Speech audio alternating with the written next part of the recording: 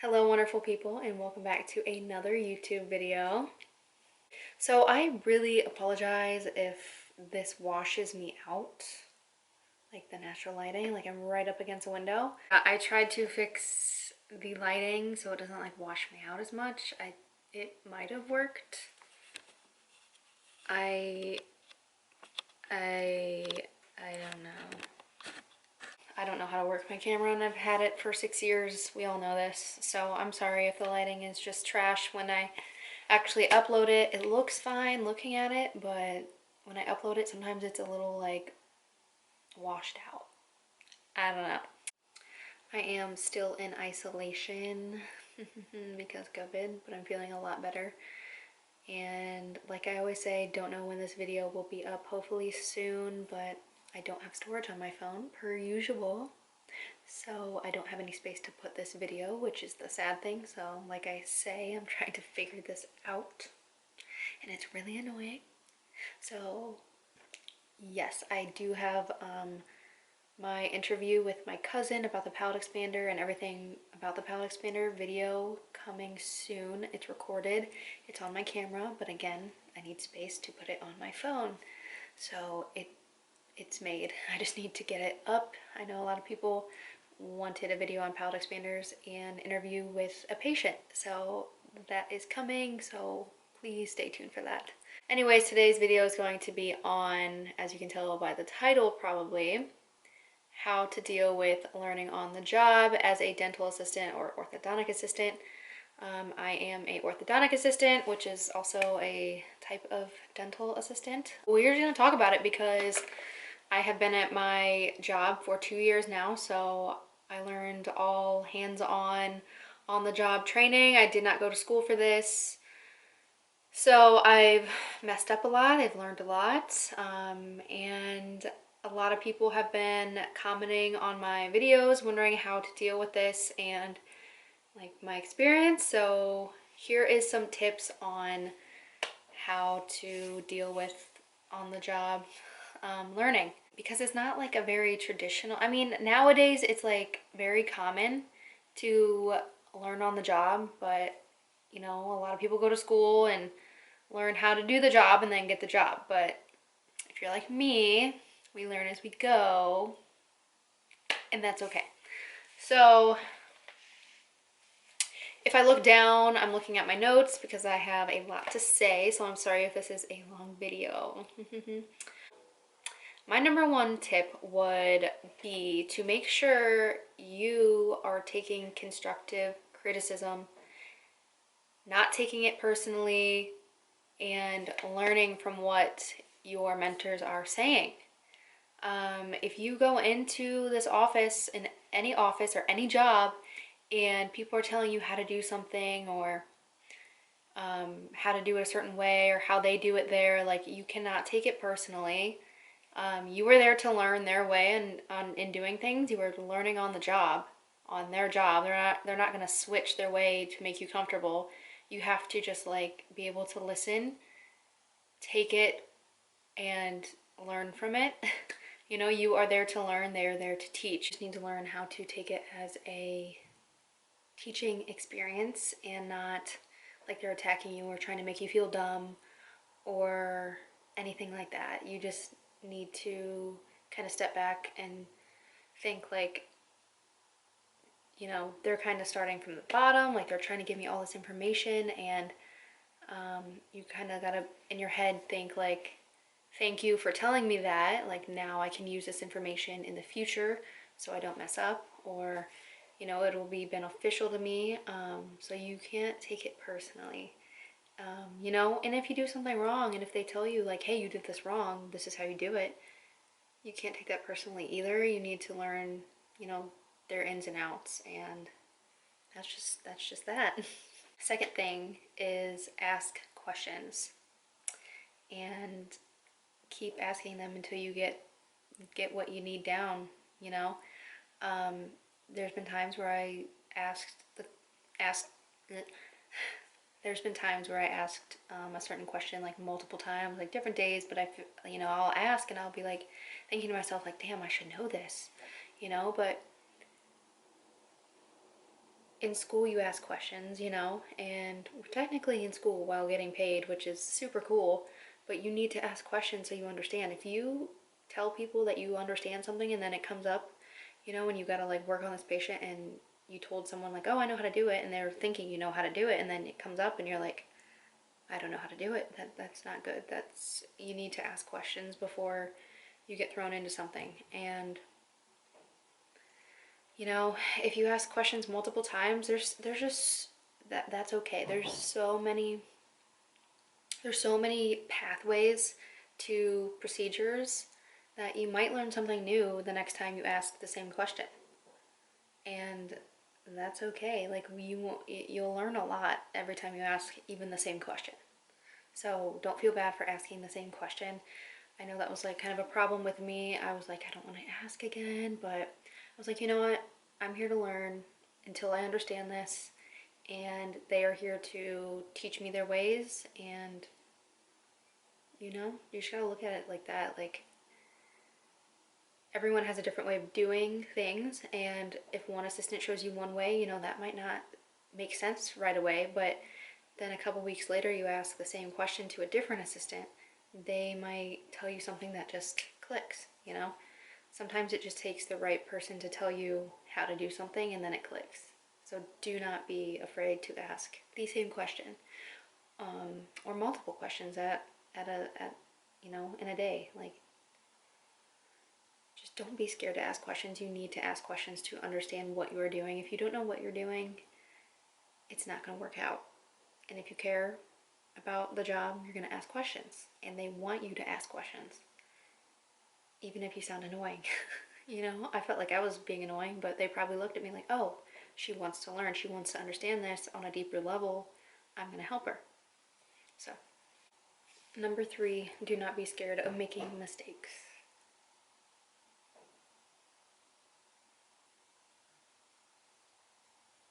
Number 3, do not be scared of making mistakes. It is bound to happen, and as cliche as it sounds, that is where you're going to learn the most from.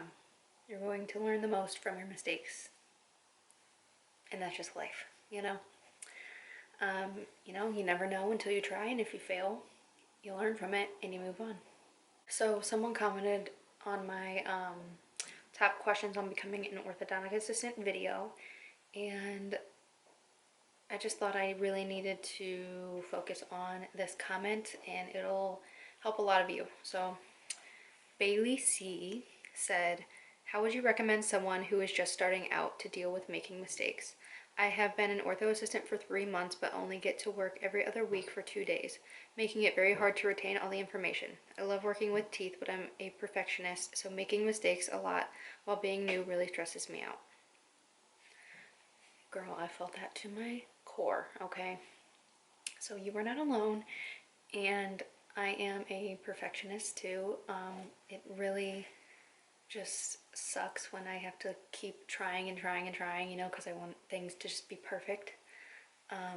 Which also does not help that when I make mistakes, I really like get hard on myself because I'm a perfectionist, like, and I make a mistake and I'm just like, why did I do that? And I'm just like really hard on myself. So I understand. And you working every other week for 2 days has to be tough, because I went full time when I first started and it was still hard to retain all the information. So I worked Monday through Friday, and I could not imagine, you know, doing every other week for 2 days.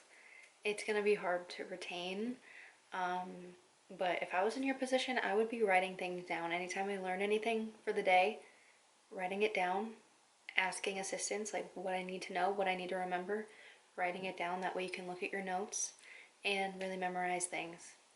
And I wouldn't really suggest going on Quizlet to kind of learn about orthodontics, because every office is different. And overall, yes, Quizlet has like general orthodontics on there, but I think you really need to kind of make your own Quizlet, your own notes, and stick with your office and how they do things. So I would definitely do notes and kind of talk to all the assistants, like what they feel like you should know, definitely write it down and just try to memorize it, and just try to, you know, practice it when you are there.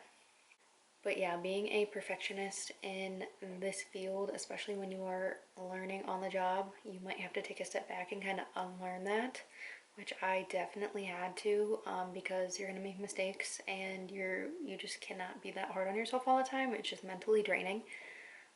So if you make mistakes, you just have to like learn to tell yourself it's okay and like rewire your brain because you're gonna make mistakes. And even though you're a perfectionist and that's all good and whatnot, sometimes you just gotta go with the flow and, you know, do your best, and that's that. So yeah, I really hope that answered your question and helped you. Number 4 would be, remember that you are on your own journey, and just because other assistants are faster than you or better at something than you does not mean you are less than and you are not contributing to the office. And I know that is hard to learn and like think, like make your brain think that way, but you are learning and they were once in your position and they understand. Don't let that intimidate you or make you feel like you're not where you're supposed to be within that office or field, you know. Everyone learns at a different pace. Everyone has different strategies. Everyone is just completely different, and that is the beauty of it. So yeah, don't compare yourself to other assistants, especially when they've been there in like 15, 30, 40 years. Just learn from them. Don't compare yourself to them. Number 5, do not let people disrespect you just because you're new. You know, doctors and other assistants can be very passive aggressive towards you, towards anyone really, and that's just the truth of it. That's just human nature. And don't let people walk all over you just because you're new and just because you're learning. Like if you feel a bad vibration or you feel like someone's kind of coming at you in a certain way, don't take it. Literally find your voice and just don't let people walk all over you. Don't do it. What you need to work on is just finding your groove, your flow, get to work, and leave. You know, my mindset is just, I just go to work. I do love the patients and I love my coworkers and everything, but ultimately I'm just there to work. I'm not there for drama. I'm not there to, you know, start anything or feel like I'm better than anyone. I'm just there to work, you know. And yeah, so yeah, just find your voice. Don't let people walk all over you, including doctors. Just because they are doctors does not mean they can walk all over you and make you feel bad about yourself and just, you know, no. I'm sorry, I don't care how much money you make, who you are, your education. Just be a good human. And I'm not saying all doctors are like that. I'm not saying my doctors are like that. I'm saying people in general just can be, and yeah, so just don't let people walk all over you. Number 7, just be yourself. Chances are you are a people person because you are in the dental field, so you're working with a lot of people. So just be yourself, talk to patients, tell your patients a little bit about you, ask them questions, and just be yourself, you know? I like to think of myself as a positive, like outgoing, happy person and easy to talk to person. So that's just who I try to be at work. Number 8, you just really need to be able to shut up and listen. So kind of going back to the first tip I was giving, just taking the feedback and just being quiet and really absorbing it. Yeah. Honestly, doctors just want you to listen to them. They could probably care less if you have anything to say. And I'm just being straight up real. They probably don't care what you're saying. They just want you to listen. They want to see your listening skills. Number 9 would be empathize with your patients. So a lot of them are nervous and scared, and just make sure you are kind of putting yourself in their shoes as much as you can and just making them feel comfortable, and talk to them and try to get their mind off of what's going on. That helps. And yeah, just being friendly and nice and understanding of the situation and making sure they're heard, and you know, just anything they need, ask them questions like, how's everything feeling, like obviously, how are you today, how are you feeling, is there anything you need to tell me, anything wrong, anything that looks suspicious. Just ask them, you know, just try to dig a little deeper, because sometimes they'll come in and just not say anything. So just try to communicate with them and make a relationship. So yes, those are my 9 tips, or was it 8? I think it was 9. So yeah, those are my tips on learning on the job as a dental assistant or orthodontic assistant. So I really hope someone took something away from this video. I've learned a lot within the past 2 years of me doing orthodontic assisting and learning on the job. So if you guys have any questions, make sure to leave them down below. Tell me what you guys want to see next. And make sure to give me a thumbs up. Make sure to subscribe. We'll see you guys in the next video.